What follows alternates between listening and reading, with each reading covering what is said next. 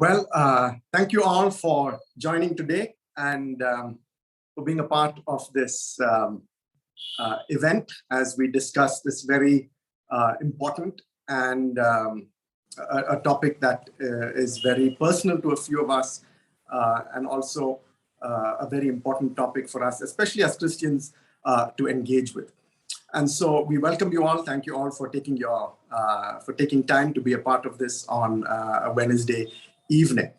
Now, this topic, unfreedom, sexual abuse, is part of a larger series that we are attempting to do, which is we are looking at unfreedoms. Basically, when we think about unfreedoms, it implies that there are certain things in our life that prevent us from operating meaningfully in society.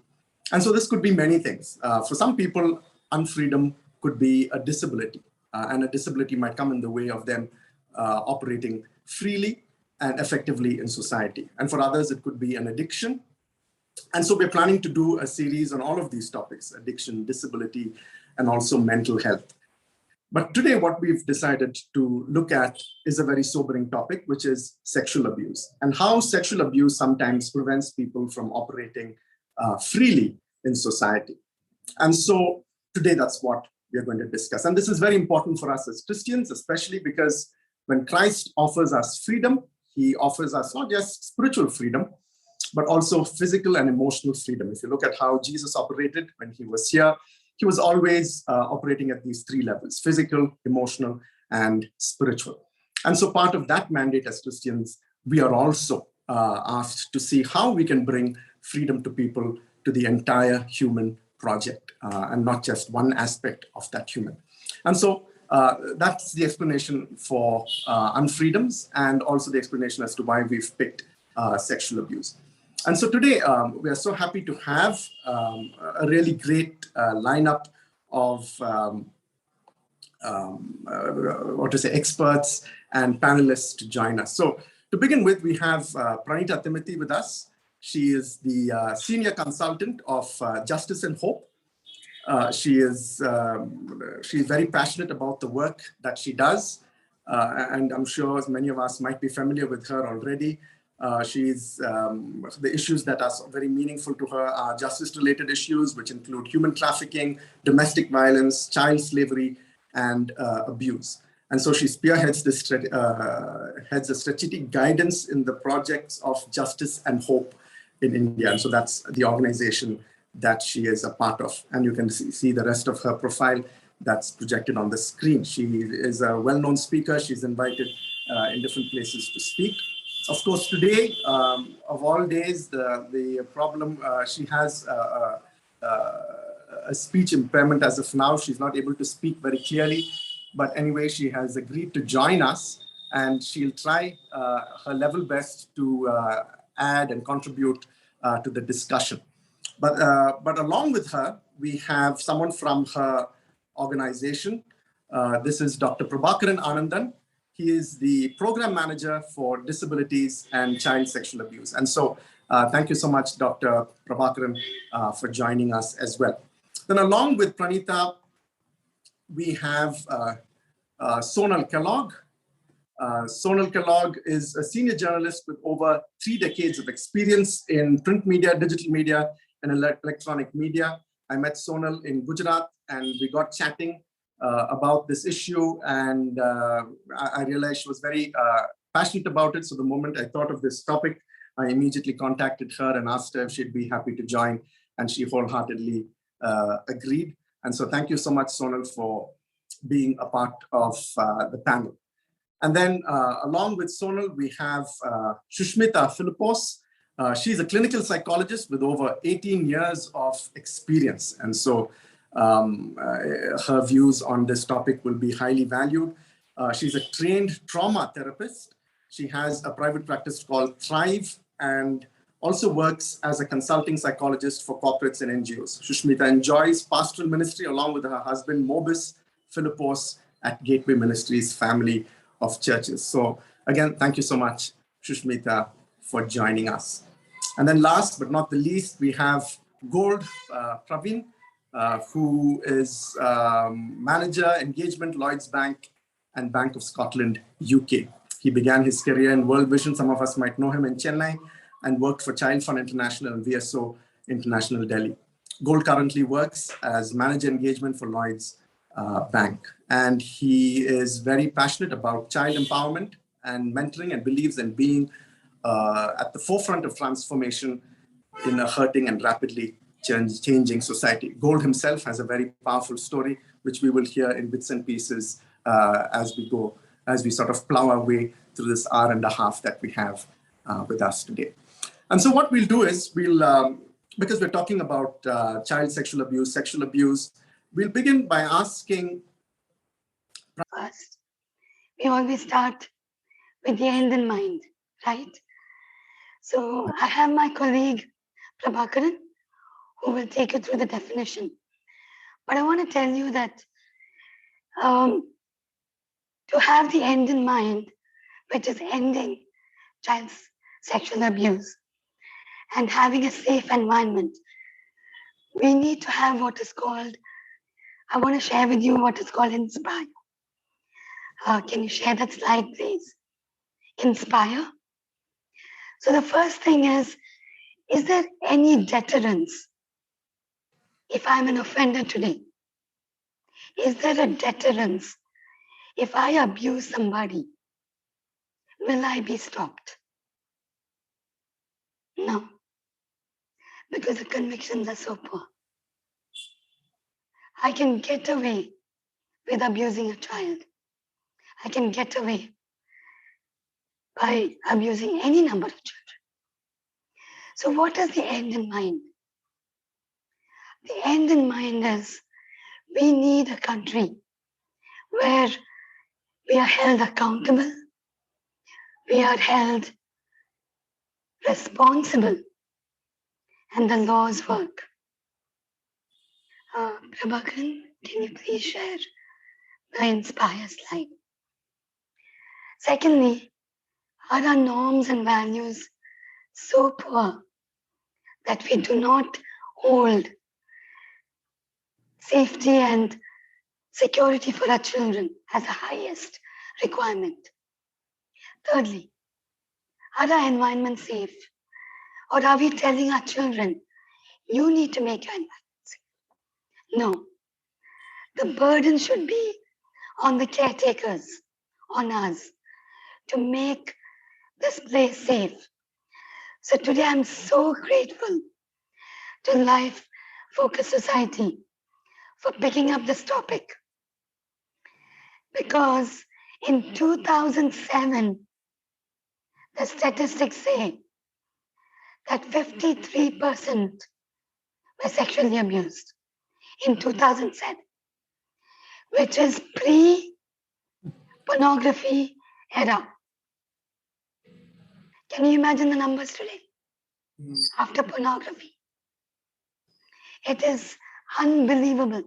Every 2 children, 1 child is abused. Even on this panel, there are 3 of us who are survivors. It is so rampant. So having the end in mind, we cannot put the burden on the children. You and I have to make it safe. Law enforcement, change the norms, make it safe. And I want to say that we strengthen our children, families economically, and have education, responses, everything in place. So all of us are here today. Let us not go back without making a decision today to somehow change our community. So I want to start off with that, and I'm going to pass it on to Dr. Prabhakaran, who can speak. I think you can hear him better. Yeah. So he will start with the definition. Thank you. Thank you, Pranita, for that very inspiring start. And I hope we keep that in mind. Those statistics are quite shattering. And so, yeah, thanks for that. Yeah. So, Prabhakaran, will it be possible for you to share like a quick sort of definition of what is sexual abuse and what physical acts count as sexual abuse. Yeah.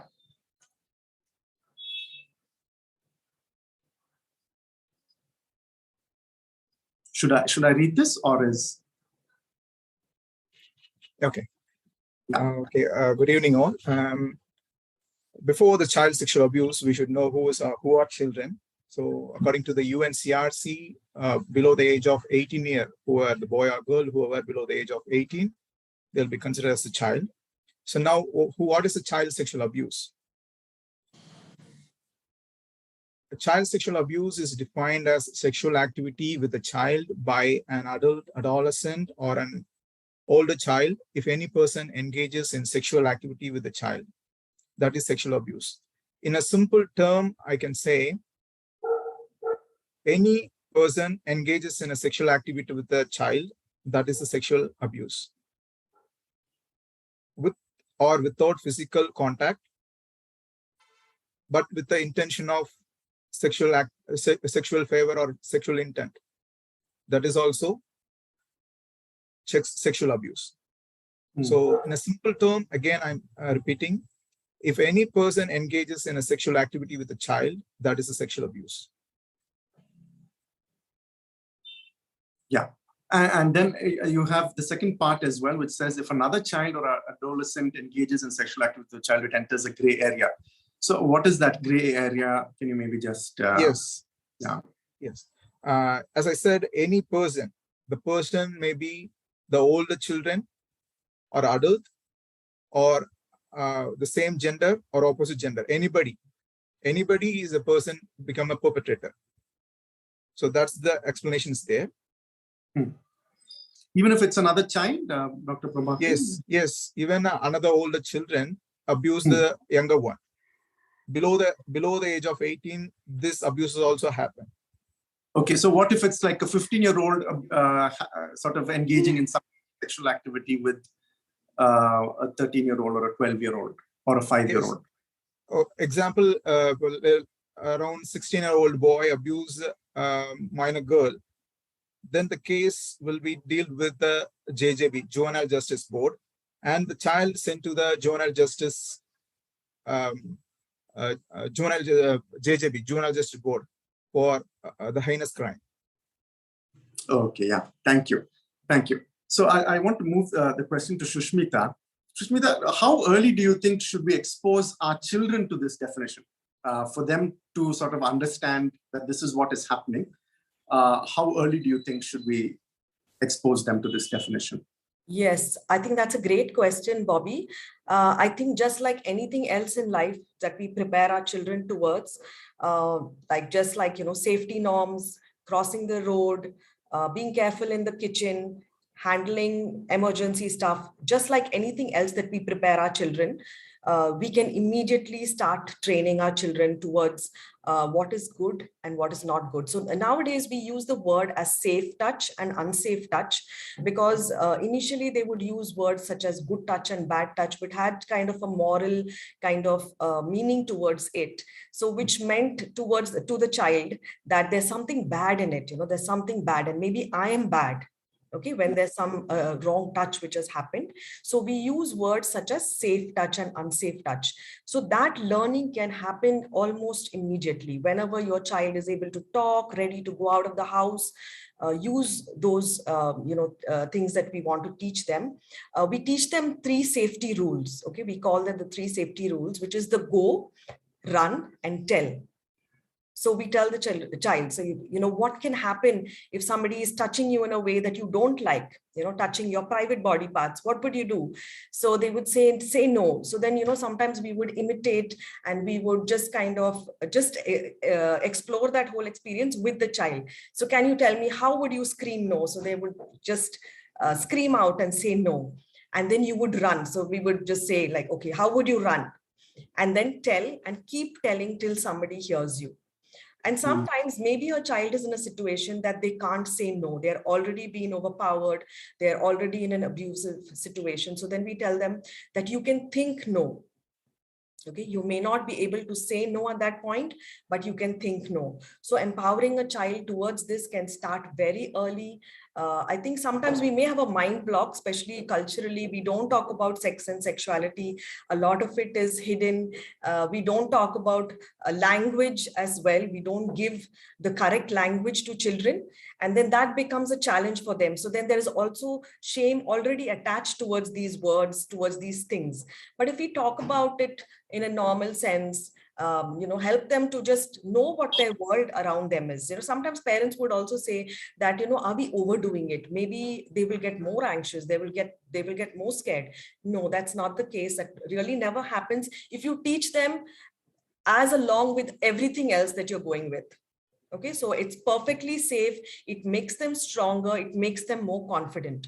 And you may have done this maybe 1 year back. Keep reviewing it. Keep reviewing it whenever you go through any other, like maybe they're going on a picnic out, they're going on a, there's somebody they're going to stay over with, repeat the rules. Like, okay, remember those 3 safety rules that we talked about? What would you do? Remember, you can come and talk about it. So just keep having these conversations regularly with a child.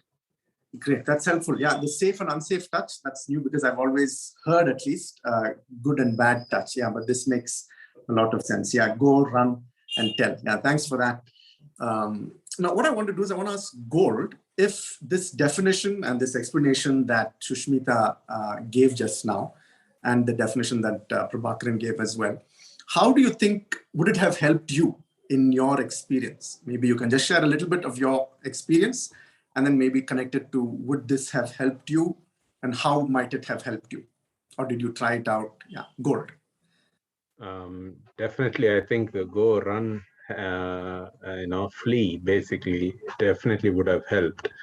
At that time, I think the culture of shame definitely had a huge impact, I think, because at that time, even when I told my mom or tried to tell I don't want to go, that sense to investigate why is he telling he doesn't want to go again and again, that ask again, ask twice, we say, ask twice or ask that extra question. That sense of investigative mind to tell why is he telling this, that would have really helped. And that sense of, I definitely felt at that time the culture of shame has a huge impact even today.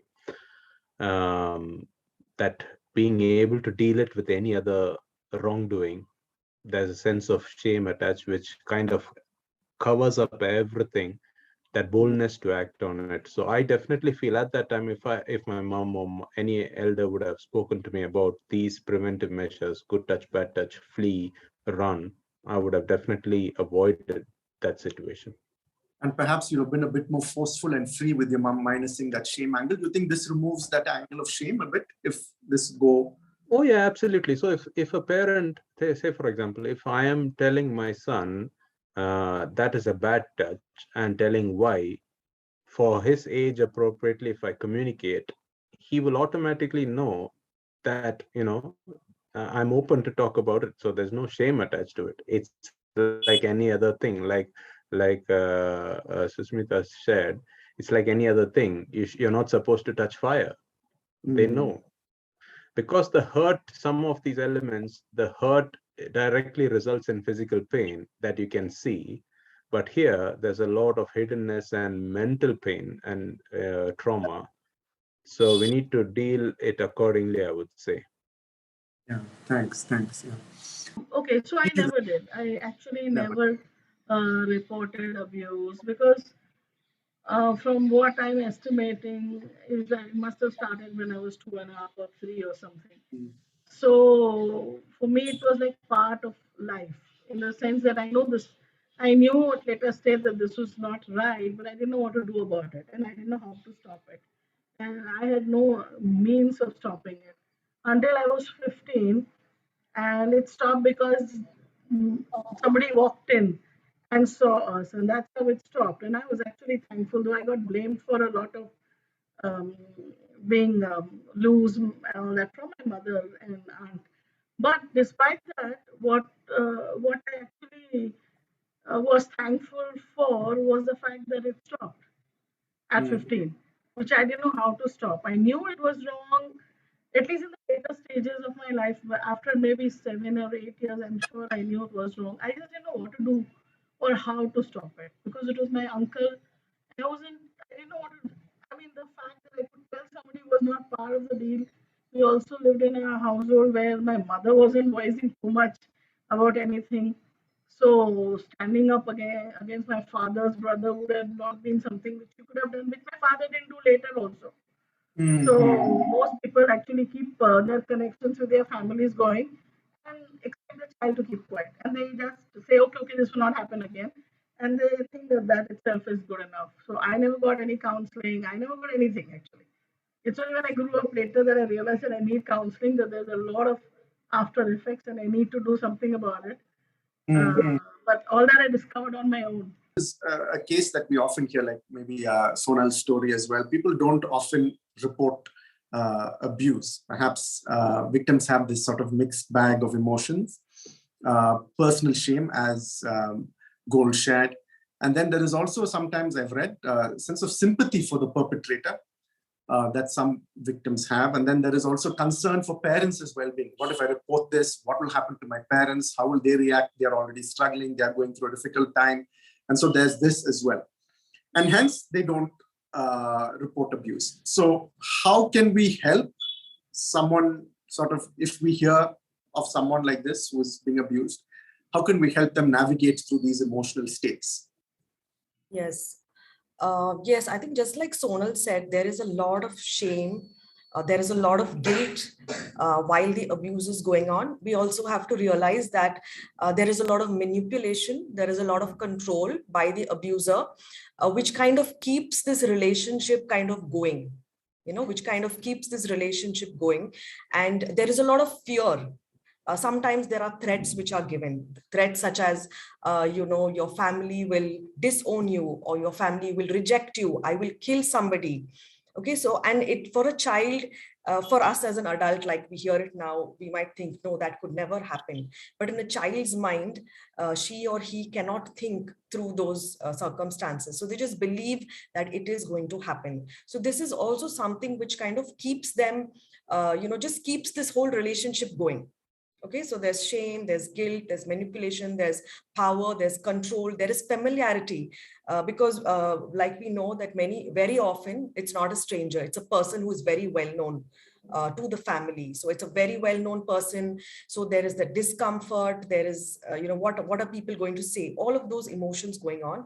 And I think one of the key things is a conversation like this. Like, how do we stop it? Actually having more and more conversations like this to create awareness. So creating awareness in all kinds, different platforms in society, be it schools, be it with parents, be it in societies, be it in companies. So we talk and keep talking about it. Okay, because the one thing that an abuser will have advantage is over when there is no awareness. Okay, so in fact, there was one abuser who said that if the parents only had more information about what abuse was, it would not happen. Okay, so awareness is a key thing. And I think that's why this conversation is so critical.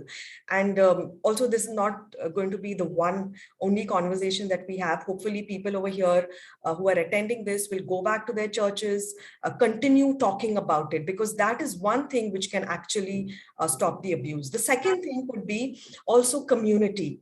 So there are times when you can't be there with your children all the time. They would go to school, they may go to daycare, various places. So it's a community that kind of looks after children as well. You may notice something about another child. You may notice some unusual behavior. So be bold, speak up, report it.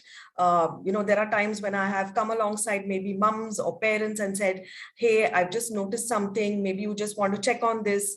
Or sometimes, even in our society, I might just see children just lingering on, or, just wanting to just go and visit another person in the society. And I know that male person is living alone. So I just come alongside the children and say to them, hey, you don't have to go. You don't have to return this game right now. You can leave it at the lobby and it's okay. It's fine. So just stepping in and coming alongside as well, being those eyes and ears in society. Yeah. Thanks for that. Gold, you have an interesting story. Like one is, of course, what maybe I'll go back to Shushmita now that you're already there. So now, for instance, now people, there are these impacts that people have as a result of being abused, right?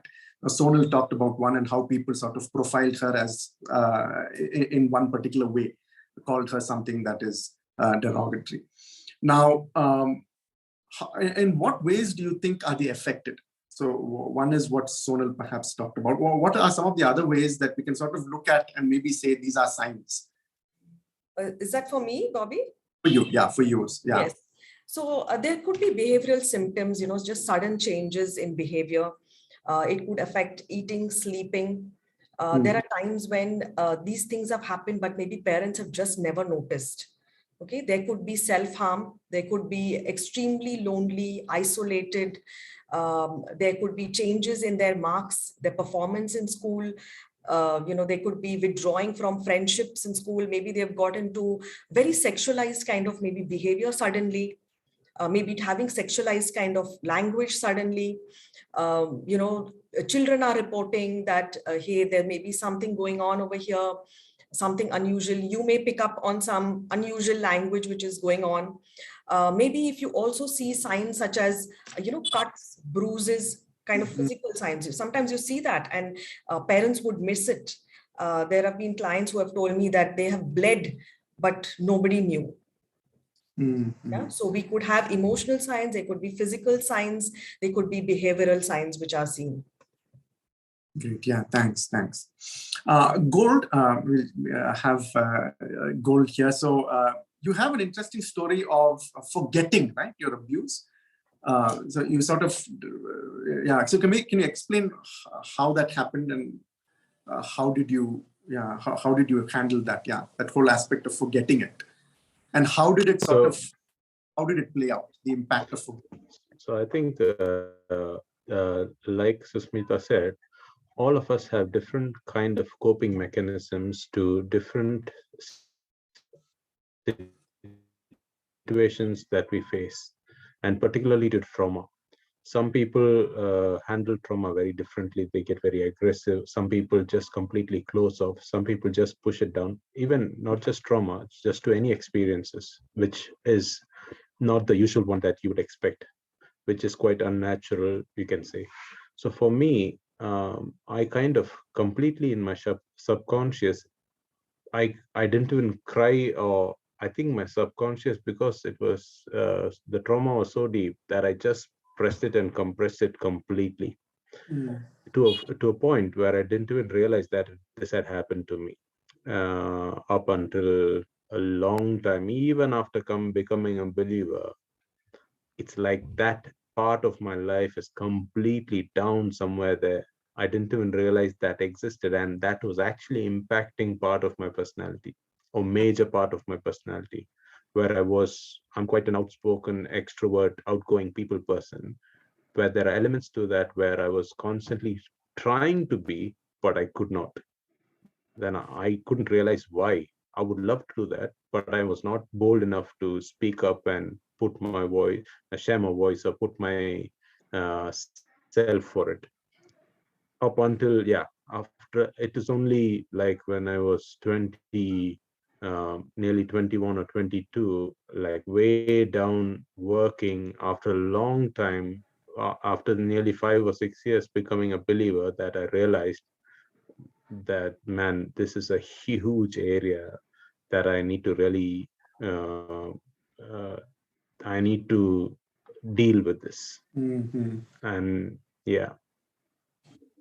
How old? Does that answer? Yes, and how at that point, I think that was, I realized that there's a huge impact of this in my life when I was probably 21 in a healing and deliverance meeting in Adonai Church in Bangalore. So till it just started flashing like pictures, like a movie.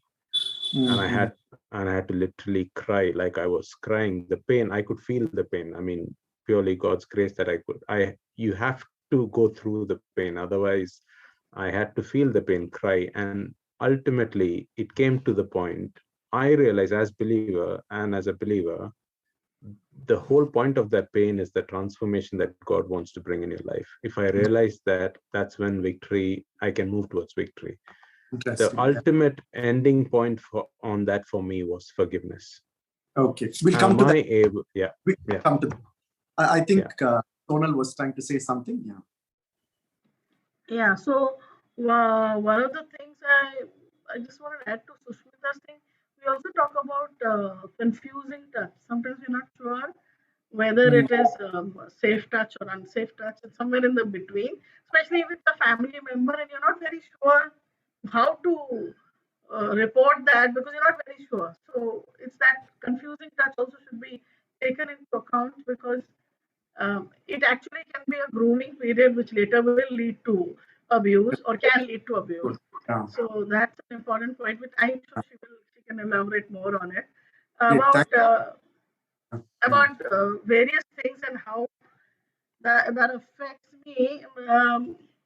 Extremely low self-esteem in terms of the opposite sex. I kept on having such a lot of low self-esteem that I didn't think anybody was going to any good person was marrying me. So I wasn't even looking at it in my whole lifetime. I was like, okay, what the most worst people I would look for, because I would like nobody good is ever going to. So that thing doesn't go away.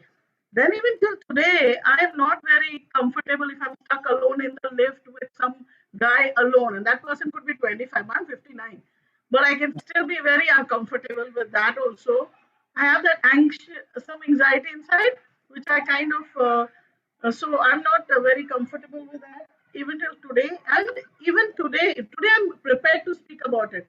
But just recently, I was there with a lady who was researching on this on child sexual abuse for Bachpan Bachao Andolan.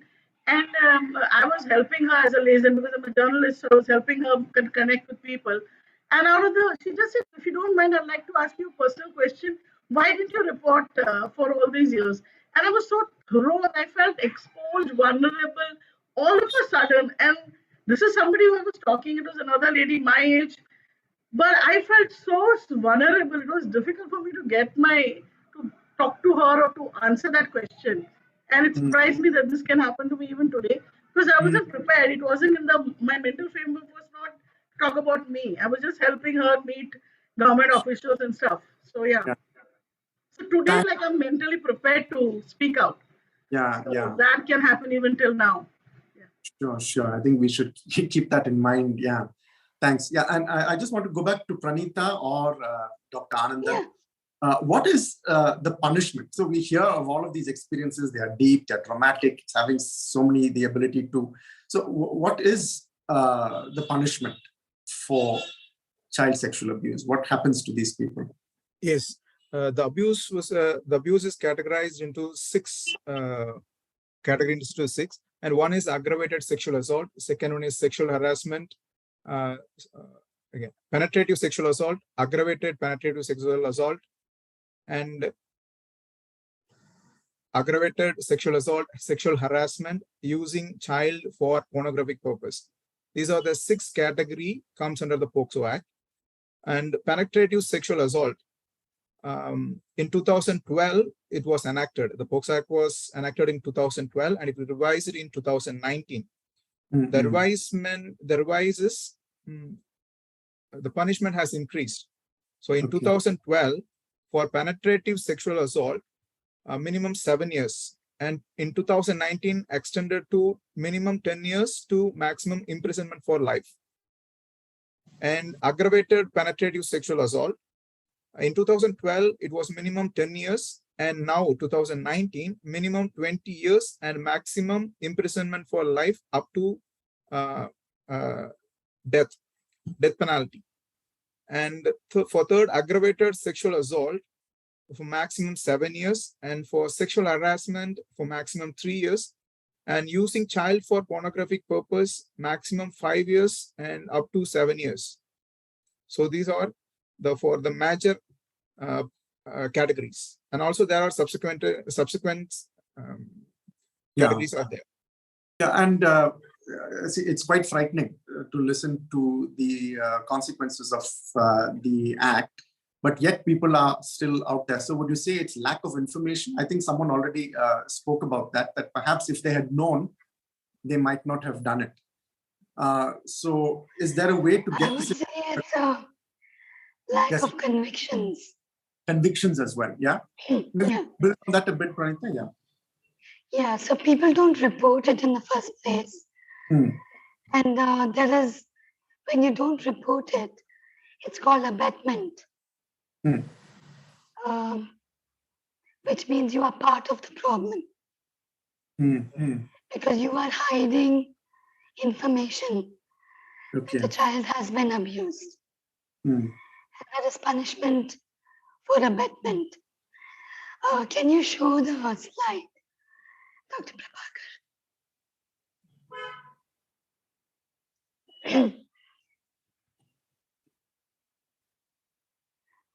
Okay, yeah.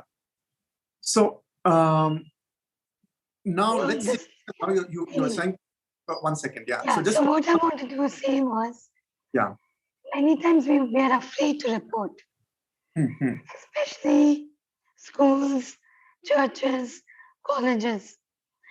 One thing that we do is when you don't report, then you become part of the problem. Okay. You are liable to be arrested. You are liable to be punished. So what do you do when you find out there is an abuse? Yeah, I just want to stop you here 1 second, Pranita, and maybe about, like, let's say it's a family member. Let's say it's a father in worst case scenario. It's a father. Now, what happens here? Yeah, can you maybe help us through that? Have you had an experience where something like this has happened? And the mother, if she doesn't report it, is part of the thing. It becomes a very dicey thing for a family who's maybe dependent on father for economic reasons and things like that. Yeah. Sure. The first thing that I would do is the victim or the child is the most important person. I don't care about anybody else. But the child who is the victim is the most important person. Everything should be planned with the child in mind. What the father has done is a crime, and he should be punished for it. Because if he isn't punished, he will continue his crime. So what do? We take the help of the mother and we try to report it with the help of the mother. This is where community comes. The father is a breadwinner.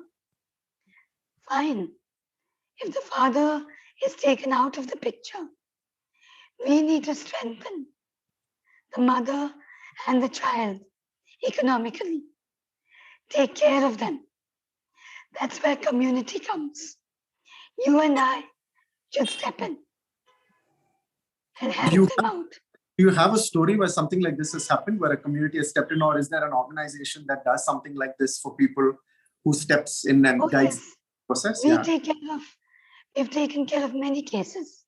Okay, good. Yeah, many cases. Yeah. Every case, we strengthen them financially and take care of them economically. Yes. Great. Yeah. Thank you, Pranita. Yeah. And Sushmita, I maybe want to go back to you and ask, what makes someone a sexual predator or a perpetrator? What experiences do you think they might have had that makes them like this? And is there anything that can be done in advance to help, or to, if we see those traits, to stop it? Yeah, I'm just looking at the perpetrator now. So what is it that makes him or her who they are? Yes. So I would just want to say that there's no accurate and complete description. So you may see some traits, or I may narrate some traits right now. So it doesn't mean that everybody who sees that traits is a perpetrator, but very potentially can be a perpetrator. So sometimes people who have maybe a lot of drug abuse, alcohol abuse, come from broken homes. Very often they themselves have been through some form of abuse. Okay, struggling with alcoholism, personality traits which are either very aggressive, Maybe they have just very poor relationships, parental relationships, very poor, meaningful relationships at the home. Okay, they are very likely to have had history of abuse themselves, maybe aggression, violence. But I also want to say that not all of them are the typical type that you see. That's why we say that it's so difficult to spot an abuser, because it can be somebody who is just maybe a regular church person, maybe somebody on the youth team, maybe somebody on the worship band. Anybody could be a potential abuser, but these are some traits that you could probably notice and see that, okay, they are probably potential abusers in terms of traits.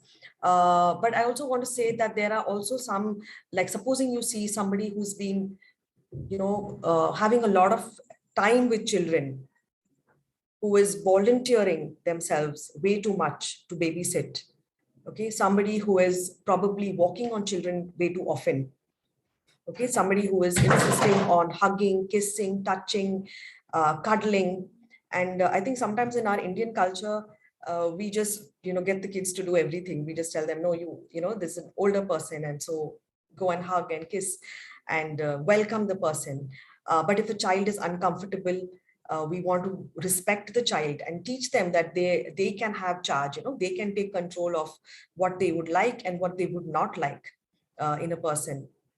So these are some traits, and some we also want to see that somebody who is also giving them a lot of gifts, okay, spending a lot of time with that, just singling a child out, right? Because I think Sonal mentioned this word called grooming, and this is something that we see in abuse, where a person, it's kind of gradual, it's subtle, but it's something that they kind of coach the child and groom the child, and actually it can go on for years.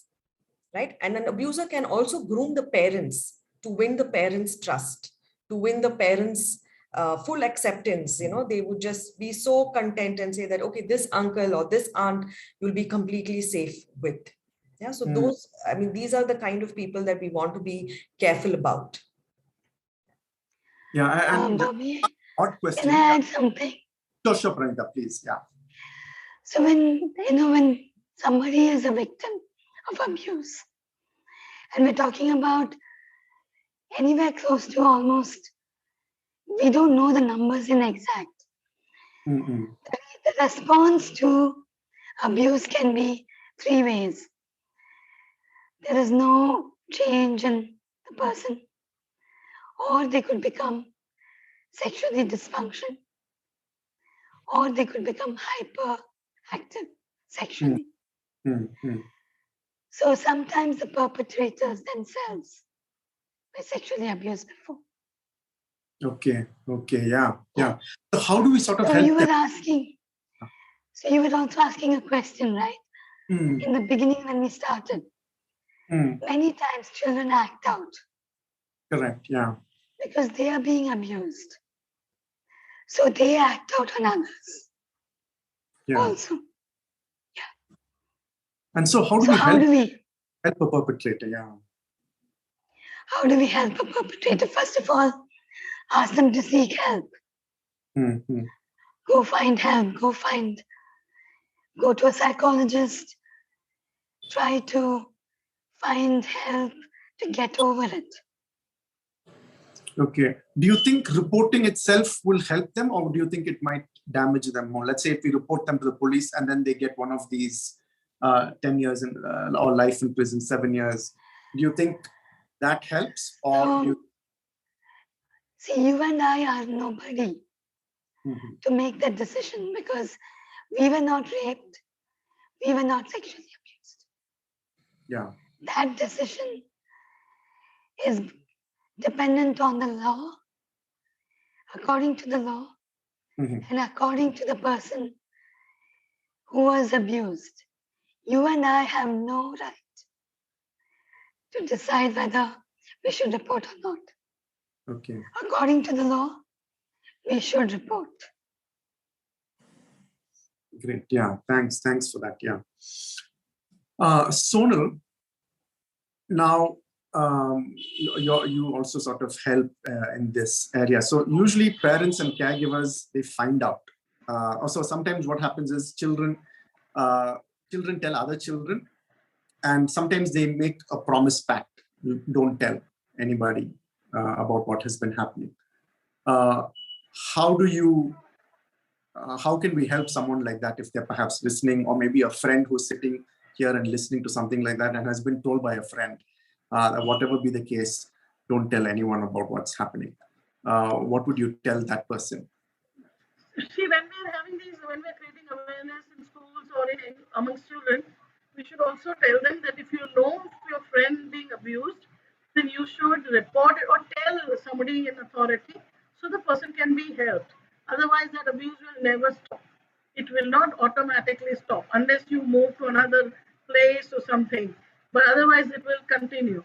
So you need to also tell the children that they are actually helping their friends if they know they're being abused, to report that. So report to an authority person, like a teacher if you're in school, or whoever is your circle of trust. We make these circles of trust: parents, grandparents, teacher, at least somebody externally, one person.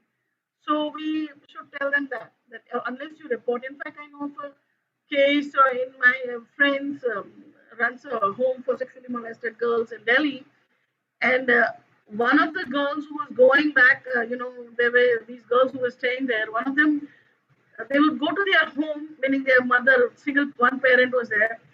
And whenever she went home, her stepfather was raping her. It was just this tiny. But she did not tell the madam because she felt that my friend would throw her out of the home. Instead, she told another girl in the home. But that girl was wise enough to tell my friend. And that's how they reported the incident, and there was a case and all that happened. And that abuse stopped. Otherwise, she was getting raped every time she went home, in holidays or whatever. Yeah.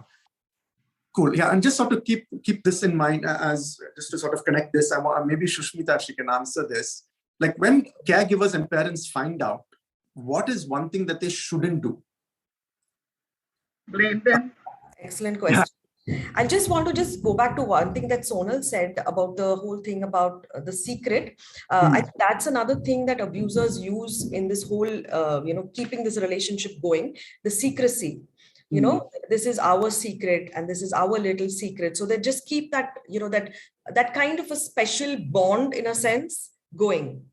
Right. So that's one thing that we also want to teach children when we teach them personal safety education. That's the go, run, tell, that don't keep secrets with anybody. Okay. There's never any secret that you want to keep, because first of all, children are not in a position to take care of their safety and somebody else's safety and be responsible for that. So they need to kind of report this. And a case like this happened where a child reported to her mother. And this child was being abused online, where the perpetrators knew all the information about the child, knew her address, her school, her circle of friends, and everything. And the person reported to the mother. And thankfully, then, the report could go back to the mother. Okay, so then the abuse kind of stopped.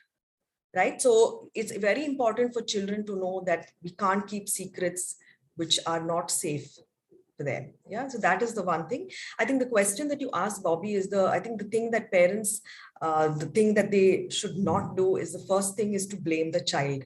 Never blame the child, because it's never the child's fault. Yeah. And just hold on there one second. What are the subtle things that we say to make them feel that they are being blamed? Like what? Because I don't think a parent tends to blame them, but they might say subtle things that perhaps pins them. Yeah. So what are those that they shouldn't say? Yeah. I think they would just make expressions, maybe. Yeah. It's just the whole thing of like, oh no, how could you? In the sense that the child knows that he or she has done something wrong. It's his fault.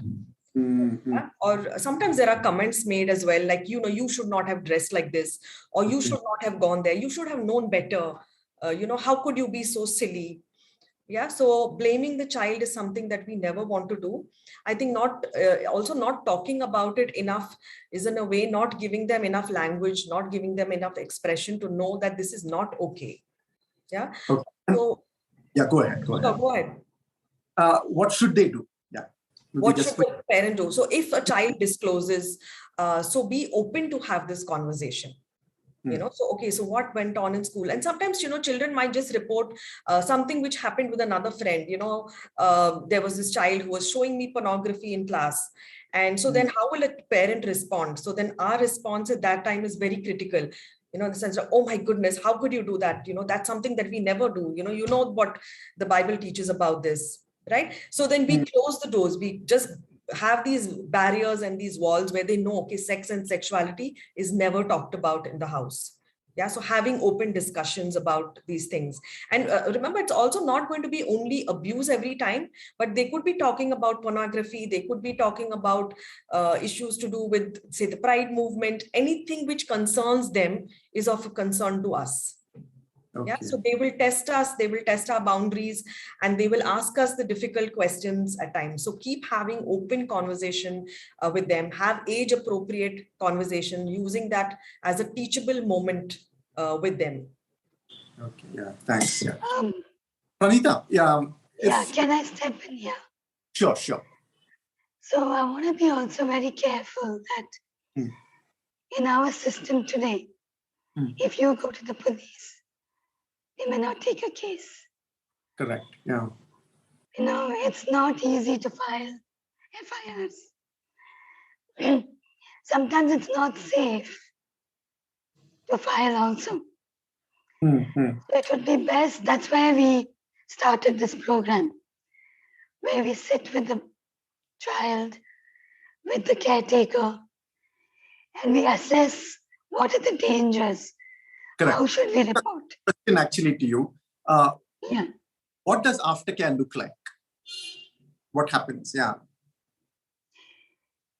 so what are some challenges? I think counseling, aftercare involves everything, right? It involves, like we were working on a case where this child who's 12 said that, I want to file a case against my father. So we had to go through the process, but the police wouldn't take the case.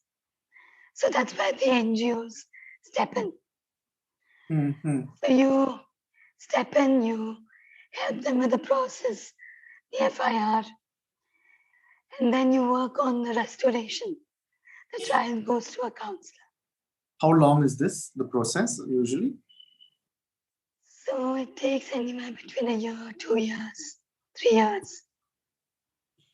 Yeah, and then the child is going through counseling while trying to live their lives normally. But the truth is, you have to separate them from the perpetrator. That's the most important thing. Separation from the perpetrator. And then allow the healing to come in.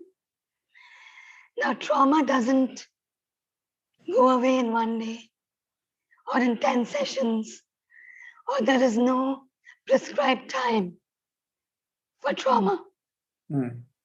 It's a lifelong journey, a lifelong struggle.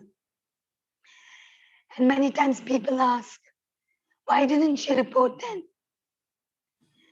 Do you know, it took me 40 years before I shared someone abused me.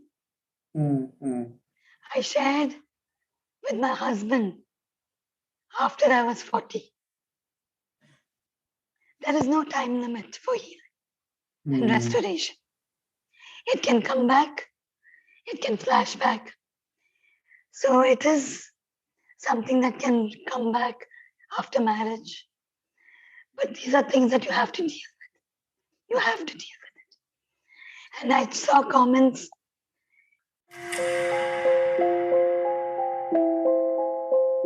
Suddenly he started feeling me from behind. He locked me in this room and started abusing me. My neighbor who abused me while all the other children were asleep. And it was not once that it happened in that evening, it was multiple times. He just forced himself from behind and that's all. After that, everything was a blur. I was shocked, I was confused. Feeling surprisingly guilty and feeling alone. It was like somebody was choking my neck because I could not really speak. At the end of the day, I just felt numb. I was maybe 3 or 4 years old. I was around 8 or 9 years old. I was in class 4.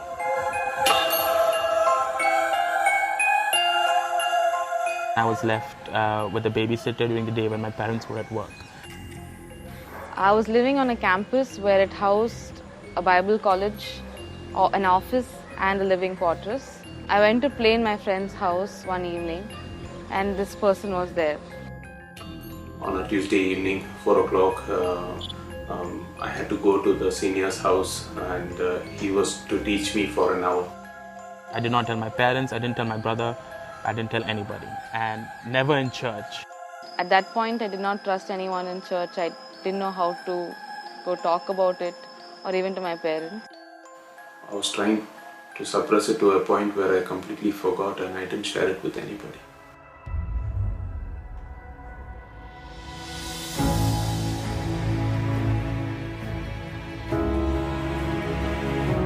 When I did finally share within a church setting, my mentor kept it secret. He didn't go tell everybody, oh, Jobin was abused as a child.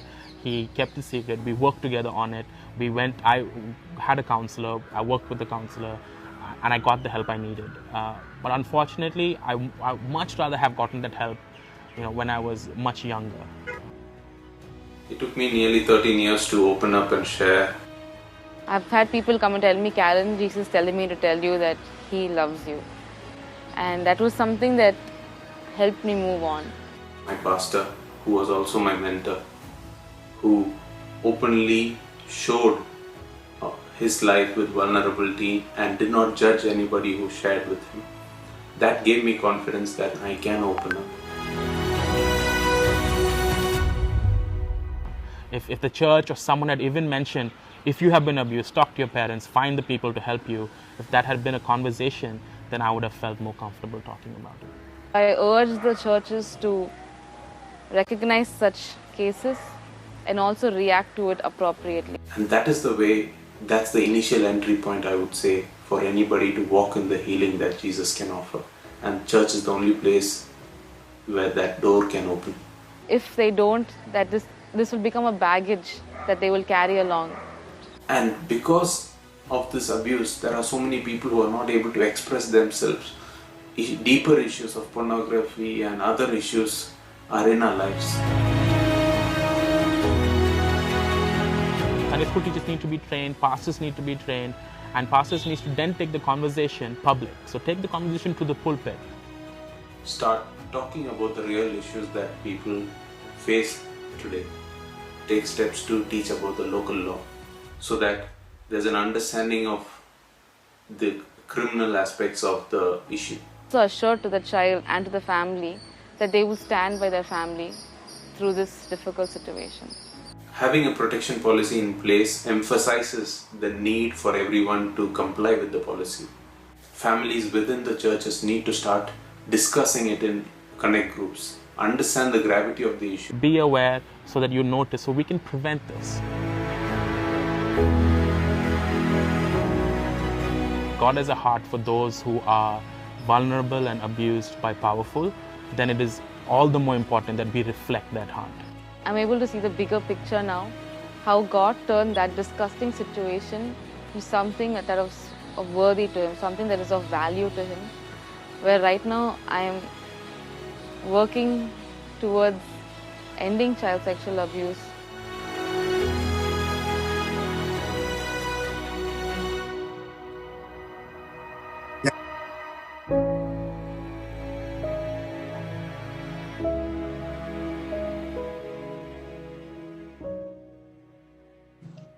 Thank you for that video. So listening to this and look, maybe just to shift gears, we've talked a lot about abuse and things, but then how do we square this whole idea of forgiveness? Because there's so much of an emphasis on forgiveness. How do we talk about this to someone who's going through that? Because it sometimes seems unfair for us to bring it up. How do we talk about it? Should we talk about it at all? Is it a very important thing? Gold made reference to it. So maybe I'll begin with Gold, and then I'll ask Sonal what she thinks about it. Yeah. So Gold, you made reference to forgiveness. Maybe can you tell us, is it relevant? Should we be talking about it to a person who has been through all of this? Because sometimes it can be used as a means to prevent them from. I think if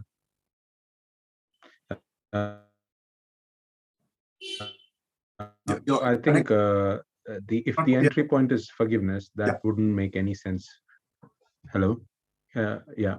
So if the entry point is leading with forgiveness, then that is not the solution. The solution is the aftercare elements that Pranita spoke to. Basically, embrace that person in a environment of love, care, and help them heal.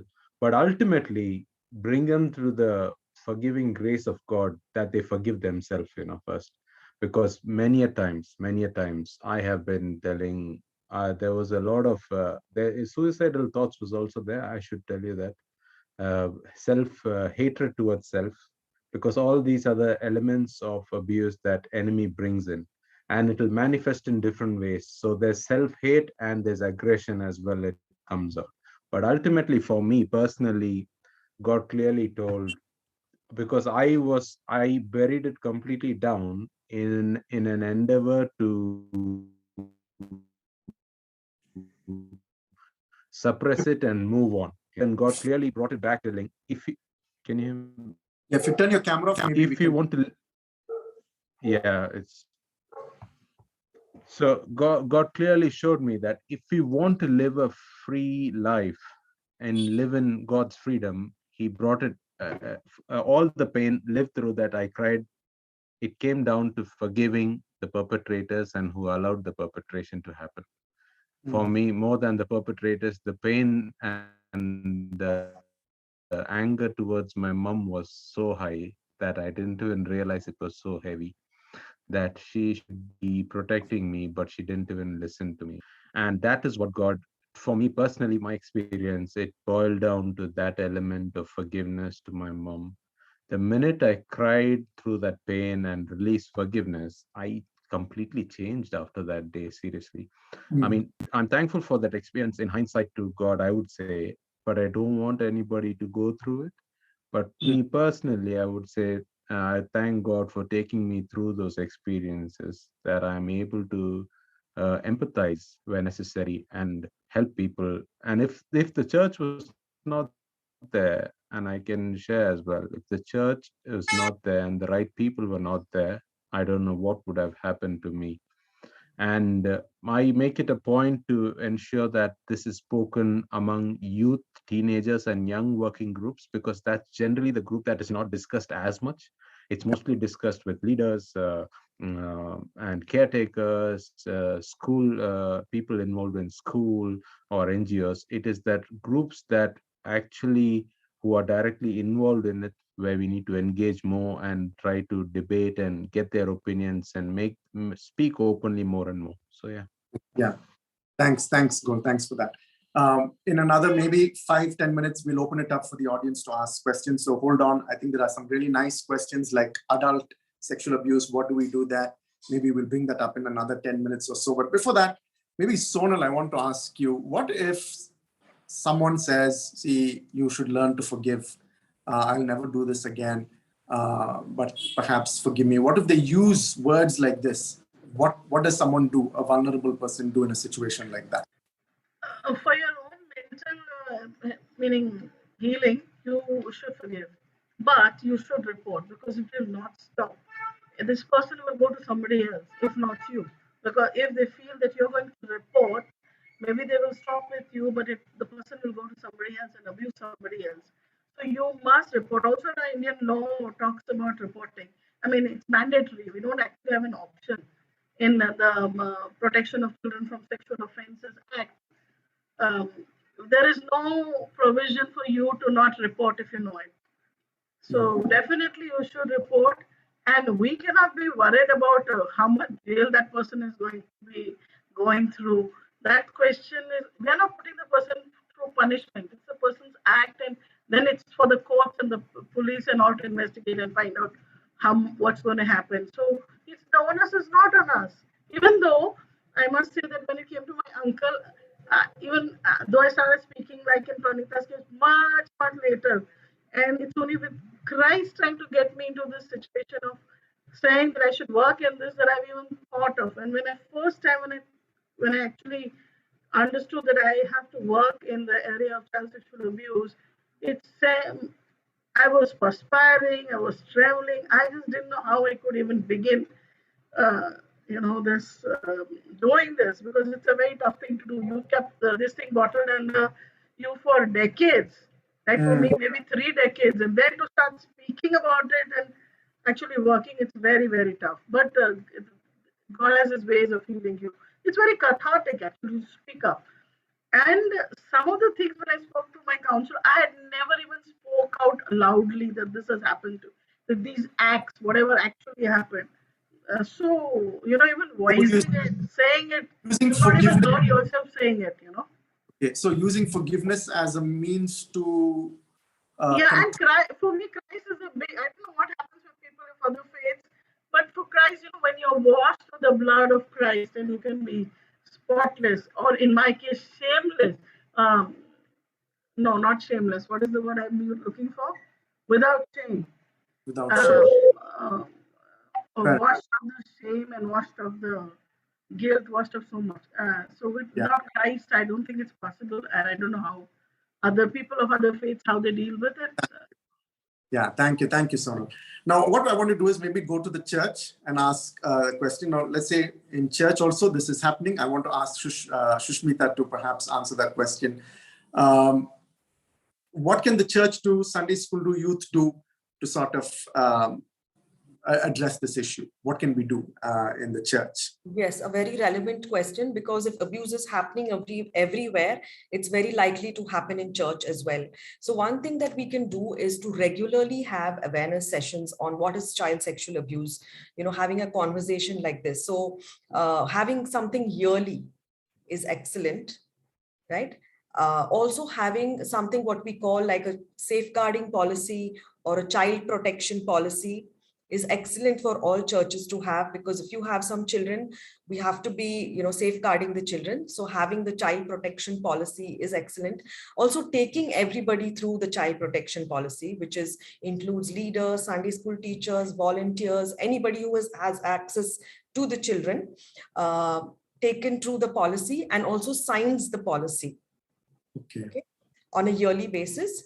And the third thing is to also have like a child protection committee. Because what does a child do when there is abuse? Where do they go?